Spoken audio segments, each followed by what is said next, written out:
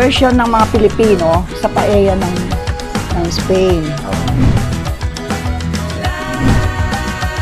Pag nilagyan mo ng cheese, lesser ang salt.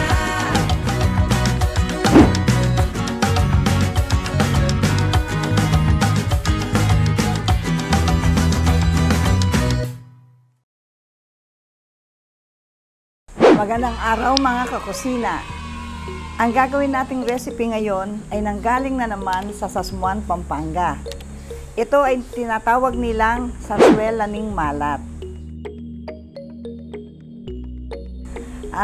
Medyo mahaba-habang kasaysayan bakit nila pinangalanan ng sarsuela ning malat ito, pero ang alam ko ay magugustuhan ninyo sapagkat kakaibang lasa, masarap.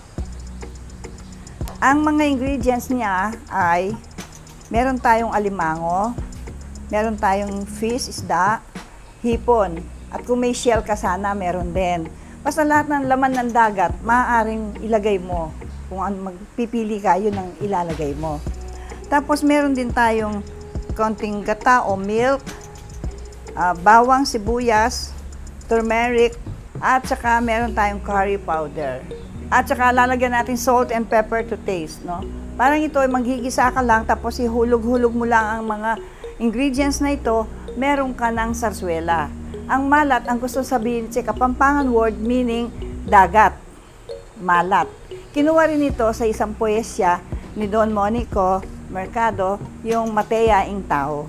Doon nila kinuha yung title. Ayan.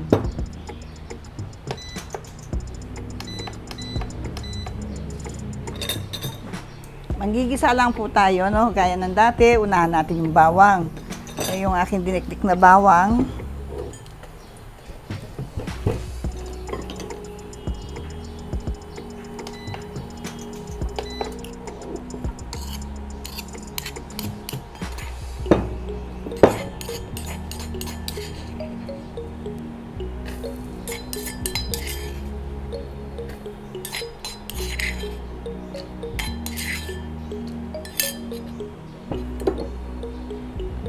Iba-brown natin ang ating bawang. Sa hindi masyadong mainit ang ating apoy. Tapos maglalagay tayo ng sibuyas.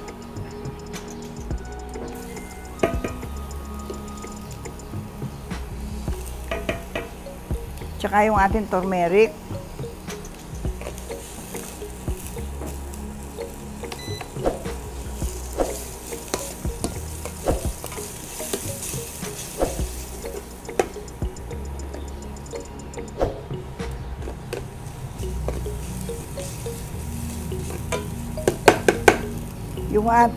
Ang ating curry powder, kung nakakalimutan yung curry.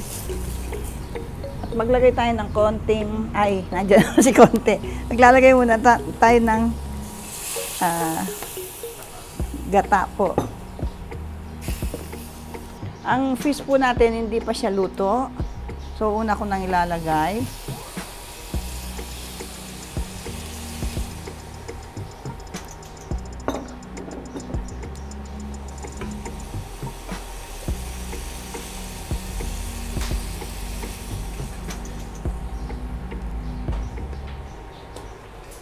Huwag natin pabayaan masunog.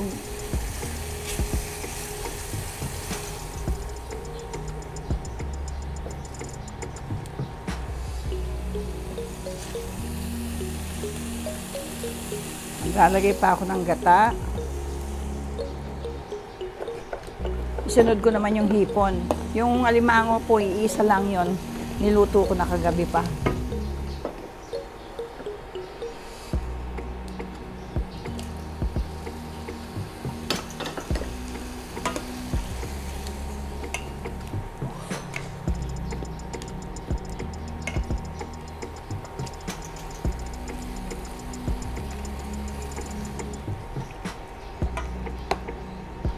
Yan.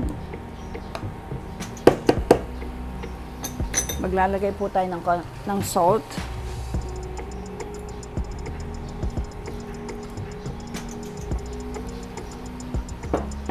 Pepper. Parang ordinary lang po nagigisa tayo. Yung ibang ulam natin. Lagyan natin ng laurel.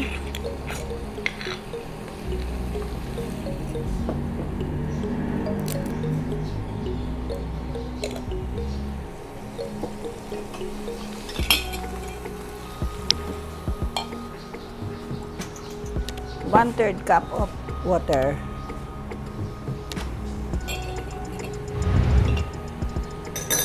Pag nag-pink na po ang ating hipon, isasama na natin yung ating alimango. At kung may iba-iba naman kayong, meron kayong pusit o whatever na seashell, pwedeng ilalagay na ninyo po.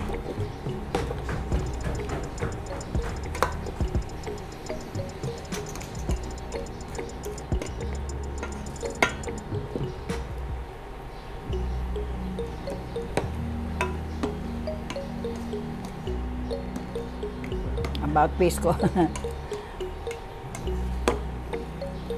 Ito po. Hintayin natin hanggang maging pinkish yung ating hipon. And then, ihahalo na natin yung ating alimango. Timplahan natin. Tapos na po siya. Ganun lang po siya kadali.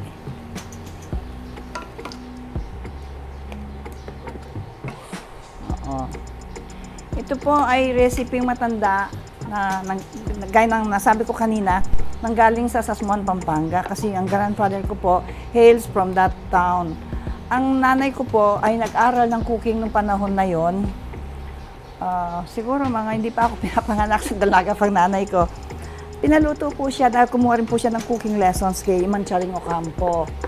Ngayon, nagmamalaki ang nanay ko na marunong siyang magluto. Pinakita sa kanya ang maraming seafoods. Hindi niya alam kung anong gagawin. Sabi ng grandfather, huwag mo na lang ilalaga, gusto ko yung may lasa. Nakapag-isip pong nanay ko, nagawa niya itong recipe ito. Pero kasi may part of the lesson, parang ganito po siya. Then, ang mga bisita ni grandfather, mga politiko, mga marangal na tao, tinatanong nila kung anong pangalan kasi nagustuhan nila. Nanay ko po nanginginig sa takot, sa nervyos, kasi hindi niya alam kung ano ipapangalan niya. It so happened naman, ng grandfather, sabi niya, ginawa ni Kitang yan para sa inyo. Kitang kasi pakitang nanay ko. Ang pangalan yan, Sarsuela ng Malat, sabi ganon. Characters of the Sea. Ganun po ang nito. Simula noon, ginagawa na po nila sa Sasmuan nito.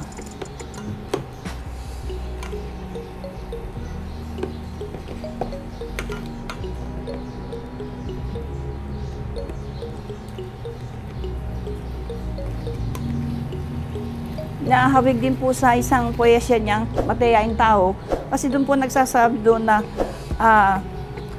yung malat doon po, it means the sea. Ang sabi niya, pero Kapampangan po siya eh. Parang yun po ang isa sa pinakamasikat na poesya ni grandfather. Taon-taon po ang alam ko nung wala pang pandemic, sa Sasmuan, meron po silang contest kung sino pong magandang makapag-recite dito sa Matayaing Tao. Tapos may mga prizes po. Yun po ay kagandahan po ng tourism doon at saka ng mayor.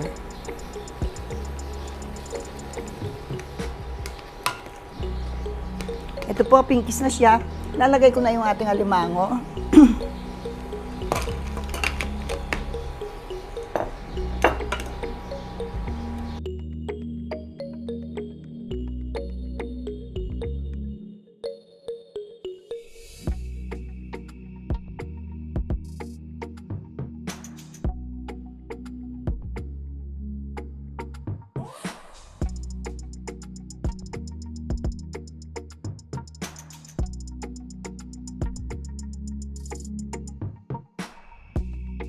Ito po, almost finished na siya. Kung gusto nating maglagay ng sili para may konting anghang, maaari din po. Kung ayaw naman natin, huwag tayong maglalagay. Okay na rin.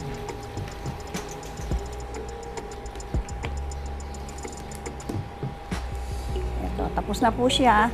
Magpi-plating na tayo. Ito, magpi-plating na po tayo.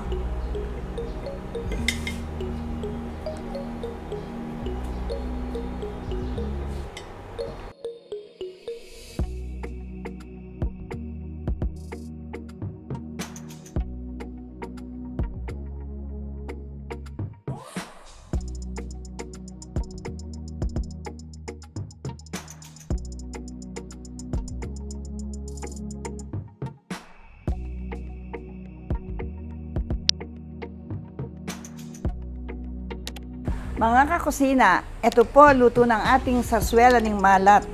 Tignan ninyo, ang sarap-sarap. Kung nandito po kayo, tikman nyo, alam ko, masasarapan kayo. Kaya lang, tignan na lang po ninyo, kasi wala kayo dito, ang sarsuela ng malat na niluto po namin from my kitchen to yours.